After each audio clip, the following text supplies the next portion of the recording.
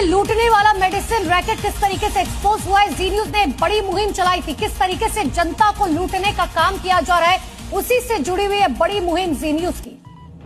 देखिए, जी न्यूज ने दवा कंपनी के एमआरपी वाली लूट पर बड़ा खुलासा किया है। कैसे जीवन रक्षक दवाइयों के नाम पर भी मुनाफाखोरी हो रही है, कैसे 100 रुपए की दवा में 75 रुपए का मुनाफा कमाया जा रहा है, कैसे दवा कंपनियां और दवा दुकानदार अपनी हमारी जेब पर कैंची चला रहे हैं, ये सब हम देश के सामने लेकर के आए हैं। और इसके साथ कैसे हम आपको ये भी बताएंगे कि दवा के नाम पर कैसे दो तरह की मुनाफाखोरी हो रही है।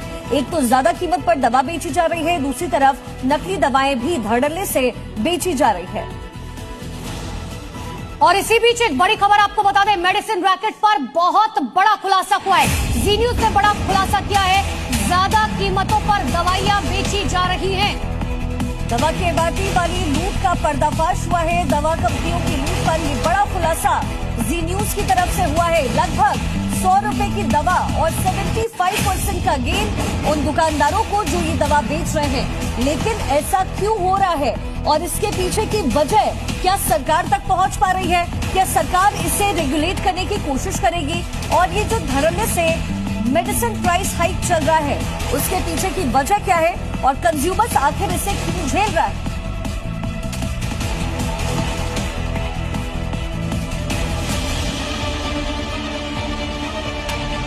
दवाएं जो लोगों की जिंदगी बचाती हैं, लेकिन देश में दवाओं के नाम पर मुनाफाखोरी का खेल चल रहा है। दवाओं को ज्यादा से ज्यादा दाम पर बेचकर कई गुना ज्यादा मुनाफा कमाया जा रहा है, जबकि वही दवा मरीजों को कम दाम में मिल सकती है। लेकिन होलसेल और रिटेल के बीच दवाओं के दाम में इतना अंतर है कि आम ग्राहक तो इसका अंदाजा भी नहीं लगा सकता है, क्योंकि दवा के पैकेट पर मैक्सिमम रिटेल प्राइस यानी एमआरपी लिखा होता है, लेकिन आम और कॉमन दवाओं पर ट्रेड मार्जिन पर कोई कैप नहीं लगा होता।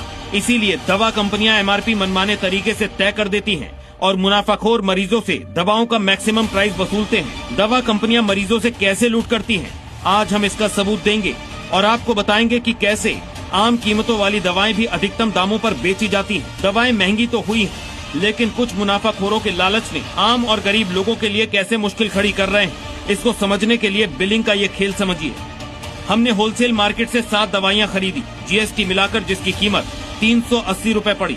सिपकाल के 15 टैबलेट वाले पत्ते की एमआरपी 104 रुपए है, जो होलसेल में 23 रुपए 81 पैसे की पड़ी।